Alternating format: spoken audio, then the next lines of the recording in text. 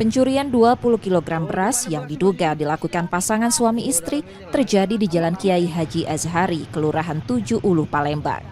Pada rekaman CCTV, pelaku pria duduk di atas tumpukan karung beras sambil menunggu istrinya berbelanja di toko tersebut. Selanjutnya, pelaku pria mengambil beras dalam karung 20 kg lalu kabur. Melihat suaminya sudah keluar toko, pelaku perempuan kemudian mengikutinya tanpa membawa barang yang ia beli. Nyurigai tadi ya, milih susu putih ganti lagi susu coklat, cak itu nah.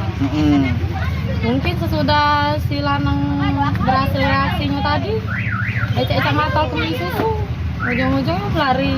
Sudah jadi kami beli susu tuh ujungnya. Kami juga udah keloroan kalau dia ngambil beras tuh. Ngambil beras dia? Iya, posisinya sekarung, cuma tidak banyak. Berapa kilo itu? 20. Pencurian ini belum dilaporkan pemilik toko pada polisi. Ia hanya berharap kewaspadaan lebih agar pencurian tak terulang. Yudi Kiswanto, Kompas TV, Palembang, Sumatera Selatan.